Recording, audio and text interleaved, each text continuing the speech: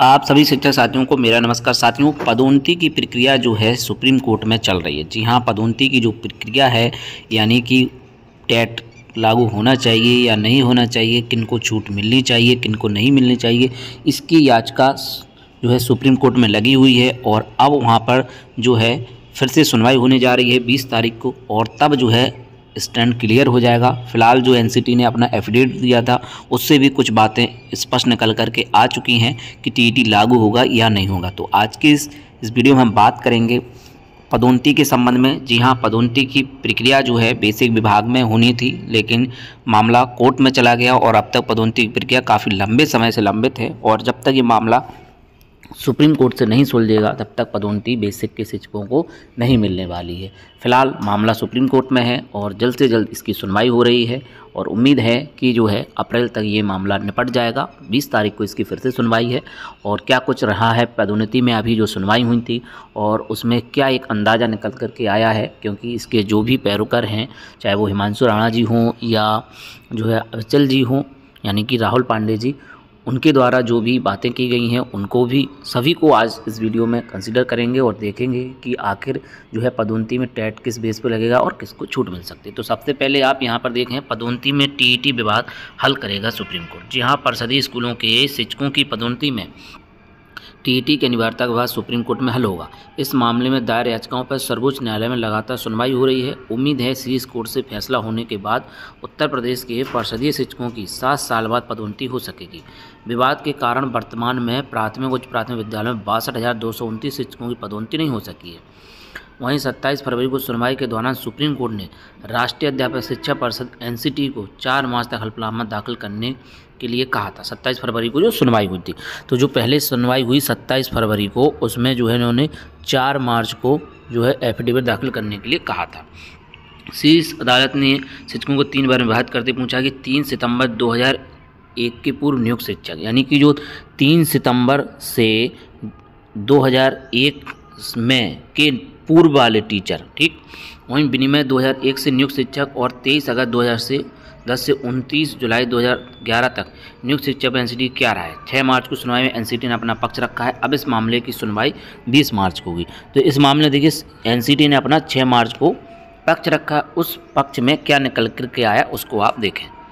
जो पक्ष रखा गया उसमें ये बात आई है कि पदोन्नति के लिए अनिवार्य टेट।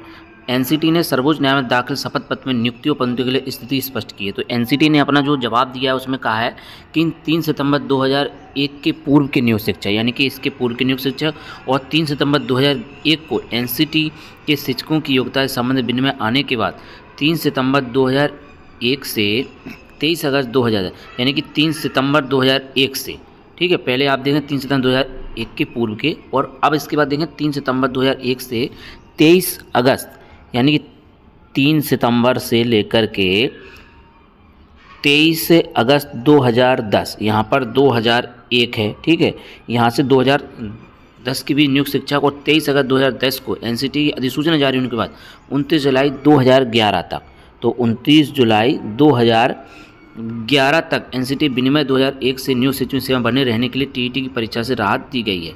तो यहाँ पर बताया कि इनको टीईटी की परीक्षा से राहत दी गई है जो कि नियुक्त शिक्षक हैं, ठीक है। अब बात है कि सर्वोच्च न्यायालय पदोन्नति में टेट का अनिवार्य करने की पैरवी कर रहे राहुल पांडे का कहना है कि एनसीटी ने 12 नवंबर 14 अधिसूचना जारी करके पदोन्नति न्यूनतम योग्यता को अनिवार्य किया है। शपथ में एनसीटी ने साफ किया आरटी एक्ट के तहत एनसीटी अधिसूचना 31 मार्च 2010 के अनुसार पदोन्नति और नियुक्ति में 29 जुलाई 2011 के पूर्व नियुक्त समय शिक्षकों को टीईटी उत्तीर्ण करना होगा। यानी कि 31 मार्च 2010 के अनुसार पदोन्नति और नियुक्ति में 29 जुलाई 2011 के पूर्व के जितने भी टीचर हैं उनको टीईटी करना अनिवार्य होगा पदोन्नति और नियुक्ति में के लिए, ठीक है, 29 जुलाई 2011 के पूर्व नियुक्त समय शिक्षकों को। तो अब इसमें जो है स्पष्टता जो है आप सभी को सुप्रीम कोर्ट में जो सुनवाई होगी उसके अकॉर्डिंग ही मिल पाएगी। तमाम तरह की बातें चल रही हैं उनको भी देख लें। माननीय सर्वोच्च न्यायालय में प्रमोशन में टीईटी विवाद मामले चल रहे सुनवाई में आज एनसीटी ने अपना रुख टीईटी पक्ष में स्पष्ट करते हुए माननीय सर्वोच्च न्यायालय में दाखिल अपने एफिडेविट में स्पष्ट कहा है कि अपेक्षित शिक्षक व्यावसायिक योग्यता के बिना प्रचलित भर्ती नियम के अनुसार 3/9/2001 से पहले नियुक्त सेवा में प्रत्येक शिक्षक, साथ ही एनसीटी स्कूलों में शिक्षकों की भर्ती न्यूनतम योग्यता निर्धारण नियम 2001 के अनुसार 3/9/2001, 23/8/2010 के बीच और 23/8/2010 और 29/7/2000 के बीच नियुक्त शिक्षक यानी जिस तारीख को एनसीटी ने आरटी अधिनियम के संदर्भ में और अधिसूचना दिनांक के अनुसार अधिसूचना जारी की है। 31 जून 2010 तक उत्तीर्ण सभी अभ्यर्थियों को नियुक्ति के साथ साथ पदोन्नति के लिए भी टीईटी उत्तीर्ण करना अनिवार्य है। तो तमाम खबरें चल रही हैं जिसको लेकर के जो सुप्रीम कोर्ट में मुख्यता से केस को देख रहे हैं हिमांशु राणा जी, उनकी भी बात को यहाँ पर देखेंगे, उनकी ओर से क्या स्पष्टता कही है, क्योंकि सभी लोग अपने अपने स्तर से बातें कर रहे हैं, जिस वजह से जो है कन्फ्यूजन क्रिएट हो रहा है कि क्या जो है जो पूर्व के टीचर हैं वो नियुक्त हैं, क्या उनको टीईटी करना होगा। और साथ ही साथ तो जो एफिडेविट है उसके हिसाब से तो ऐसा नहीं लग रहा है। फिलहाल इनकी बात को भी देखते हैं।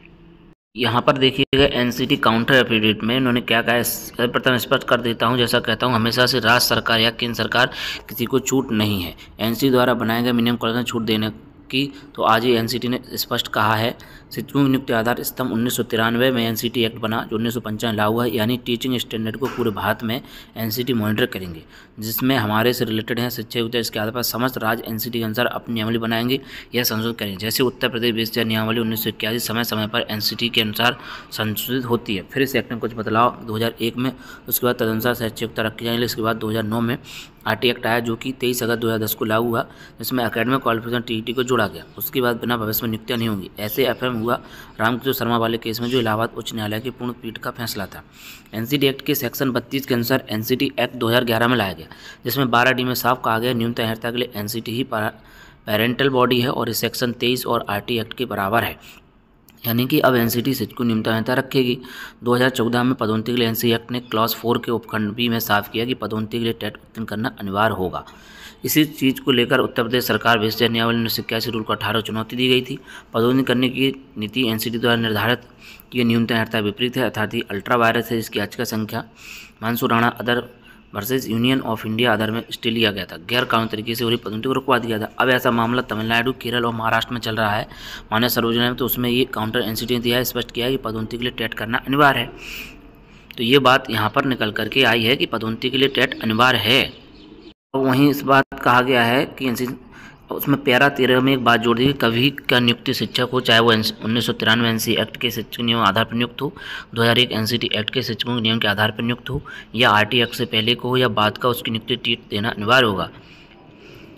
एनसीटी की आज अगर उसकी नियुक्ति यानी शिक्षक योग्यता को किसी एनसीटी नियम से ना पाया गया उसकी टेट देना होगा, लेकिन अगर वो पहले से नियुक्त हैं तो उसको टेट नहीं देना होगा, क्योंकि रिलैक्सेशन दिया गया था। जो आरटी एक्ट के इन्फॉर्मेंट से पहले ऑलरेडी नियुक्त हैं उनको टेट नहीं देना होगा, लेकिन अगर पुराने बुजुर्ग लोग आज नियुक्ति पाते हैं तो उन्हें टेट देना ही होगा। यहाँ दो बातें, पहले नवीन नियुक्ति तो टीटी देना होगा, और दूसरी पहले से नियुक्ति तो टेट नहीं देंगे, लेकिन हाँ पदोन्नति चाहते हैं तो टेट देना अनिवार्य होगा।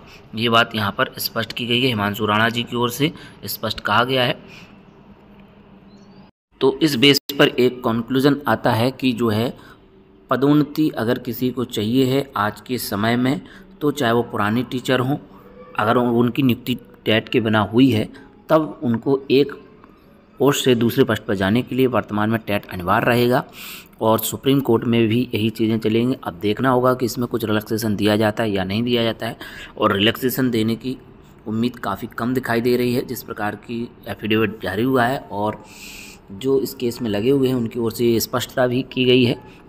तो जो नवीन नियुक्ति होगी उसमें टेट रहेगा, और जो चाहे पुराने टीचर हों या नए टीचर हों, अगर उन्हें प्राइमरी से उच्च प्राथमिक में जाना है यानी कि प्रमोशन पाना है तो उसमें टेट जरूर लागू होगा। ये जो है आने वाले समय में भी निर्धारित हो जाएगा।